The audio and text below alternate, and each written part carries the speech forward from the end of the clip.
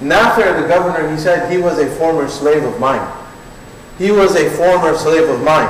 Umar radiallahu anhu, he asked him, you left a former slave in charge of Makkah? He was surprised. Now, why did he ask him this question? He didn't ask him out of surprise, he disapproved. But he was so proud, and he asked him as if to say, how did you pull that off? A former slave, now he's in charge of this holiest city of Islam. And what did Nafir, the governor, say? He said, إِنَّهُ قَارِئٌ لِكِتَابِ اللَّهِ عَزَّ وَجَلَّ وَإِنَّهُ عَالِمٌ بِالْفَرَائِضِ. He said, although he was a former slave of mine, this man is the most knowledgeable of us with the Quran, with respect to the Quran. And he's also the most knowledgeable with respect to the rules of inheritance, al-fara'id. So this man, the most knowledgeable among us, even though he's a former slave, I made him the governor of Makkah in my absence. Now take a moment to think what happened. This is what, more than 14 centuries ago. We had a former slave in charge of the holiest city of Makkah. The political leader of the holiest city of al-Islam, Makkah al-Mukarramah. And if we think about this, is the society the Quran established. And Umar radiallahu anhu, when he heard that, he smiled and he gave him his approval and he put the stamp of the sunnah on it. And he said, أَمَا قَدْ قَالَ نَبِيُّكُمْ إِنَّ اللَّهَ يَرْفَعُ بِهَذَا الْكِتَابِ أَقْوَامًا وَيَدَعُ بِهِ آخَرِينَ. Umar told his governor, yes. And I heard your prophet say with my own ears that verily Allah raises some people by this book and He debases other people by this book. And that's how he narrated this hadith. And that's how this hadith got recorded in the books of our hadith and our history and our traditions. So really, when you take a step back, look at what happened. 1400 years ago, we had former slaves running the political affairs of the Muslims. Why? Because of this book. It's this book that did that. And if we think about our situation today, 14 centuries later, we still haven't been able to do that today. We still have deep problems with that today. If you just look at the history of our nation here in America, look at when's the first time, if you compare some statistics, the first time that an African American descendant of slaves was ever invited into the White House, forget about being a political leader, was in 1901. 1901, modern times. First time that a African American ran for political office, for the presidency of the United States, 1960.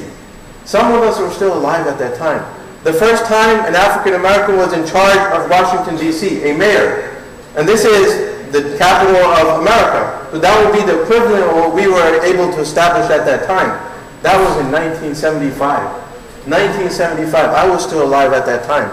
And the first time that an African American, a person of color, became the president of this country, 1 year ago. And that was a landmark thing. It made history. And that only happened last year. So we look at what the Quran established 1400 years ago. Former slaves running the affairs, and people having no problem with that. Today, although we're doing this, we're still not ready for that. And you look at everything that's happening in America today, all these Tea Party movements, all this reaction. What does it show? Our society was still not ready for this. Our society deeply still has problems. And I'm talking about our society as the nation of America. It still wasn't ready for what happened. So we still today, 2010, have not been able to achieve what the Quran achieved 14 centuries ago. We haven't been able to erase the boundaries between men and elevate people over others. And when we do that, there's deep problems. And many of the problems we're experiencing as Muslims, all of this Islamophobia today, is a direct result of the election of a black president. Because there are deep pockets of the country that weren't ready for that. And they're beginning to express their sentiment. And part of that sweeping the country is this climate against the Muslims, and all this Islamophobia that we see.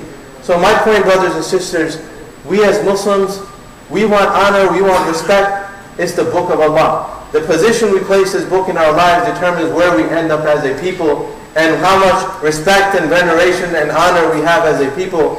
And the world has a lot to learn from this book. We want to spread this book to others. We ask Allah subhanahu wa ta'ala to make us among the people of Quran. أقول قولي هذا وأستغفر الله لي ولكم.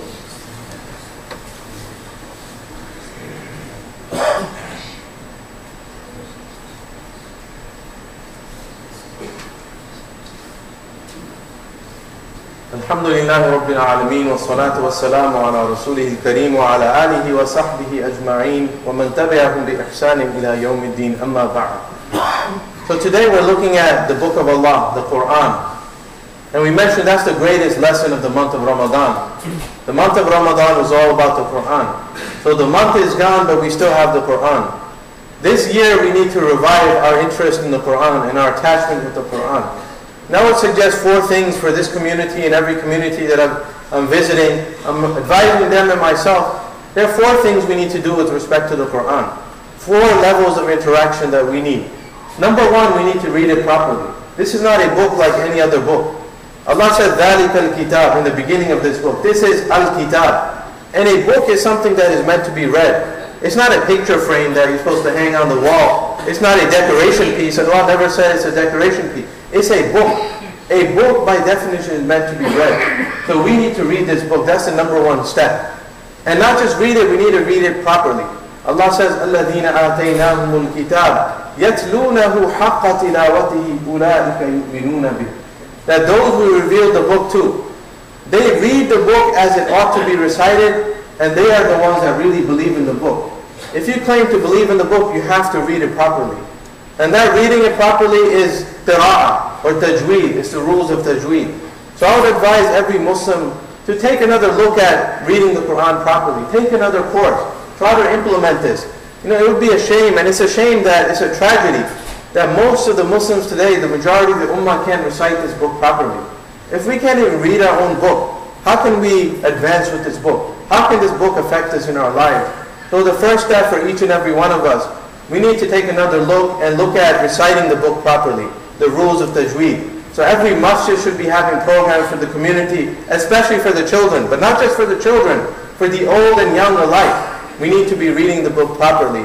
Imam Ibn al-Jazari, the great scholar of Quran, he said, وَالْأَخْذُ بِالتَّجْوِيدِ حَتْمٌ لَازِمُ مَنْ لَمْ يُجَوِّدِ الْقُرْآنَ آثِمُ. He said, reciting the Quran with tajweed is an obligatory matter. It's a matter that's obligatory, not optional. And whoever does not do so is a sinner indeed. So really we should recite the book properly. Number 2, we need to understand the book. This is not a book of formulas. This is a book that has a message. Hudan linnas, it's a guidance to human beings. So this is, we need to understand the book. The Prophet issued a warning, and we shared that in one of the previous khutbahs. فَوَيْلٌ لِمَنْ قَرَأَهَا وَلَمْ يَتَفَكَّرْ مَا فِيهَا. He said, woe unto the one who reads this book and doesn't understand or reflect over what is in this book. And Allah said, أَفَلَا يَتَدَبَّرُونَ الْقُرْآنَ أَمَّا عَلَى قُلُوبٍ أَقْفَالُهَا. Do they not ponder over the meanings of this book? Or are their hearts sealed? Are there locks over their hearts? So we need to read the book properly, and secondly, we need to understand the book. That means we need to understand the Arabic language. So every masjid, every community needs to be teaching Arabic to its community members.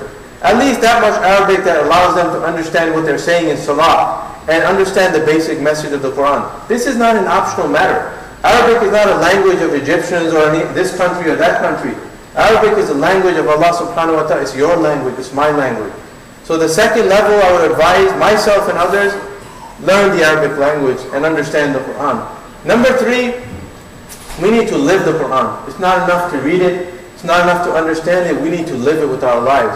Aisha radiallahu anha, she was asked about the Prophet sallallahu alayhi wa sallam. And she said those beautiful words. They were asking her, what was he like? Tell us about his personality, his behavior. She said something very simple yet very profound. كَانَ خُلُقُهُ الْقُرْآنِ. His character was the Quran. He was a living, breathing, walking Quran. So we need to do the same. Our lives need to exhibit the Quran. The companion Abu Hudhayfa, he said, Ya Ahl al-Quran, Zayyinu al-Quran bi-a'malikum. O people of Quran, make the Quran beautiful through your deeds, through your actions. So really, we need to be living the Quran. We need to show our neighbors what the Quran is. It's not enough for them to read it. They need to see the Quran in our communities, how it organizes us, how it unites us, how it gives brotherhood, how it gives all these beautiful things that people can recognize. And finally, number 4, the last thing, reading it properly, understanding it, living it. And number 4, spreading it to others, getting involved in outreach, and giving this Quran, the message to others. The Prophet was given a warning, Ya ayyuha rasul, balligh ma unzila ilayka min rabbik, wa in lam taf'al fama ballaghta risalata. Allah says, O Prophet, O Messenger of Allah, proclaim, tabligh, proclaim that which has been revealed to you from your Lord. In other words, whatever we're revealing to you, spread it to others. If you do not do so, you have not fulfilled your mission. So today that mission is ours, brothers and sisters. We need to be involved in outreach. This book needs to be spread to everyone. We need to be teaching our fellow brothers and sisters, our Muslims, the message of the Quran, and our fellow non-Muslim neighbors and colleagues. We should be involved in dawah effort. Every masjid needs to open its doors to the community.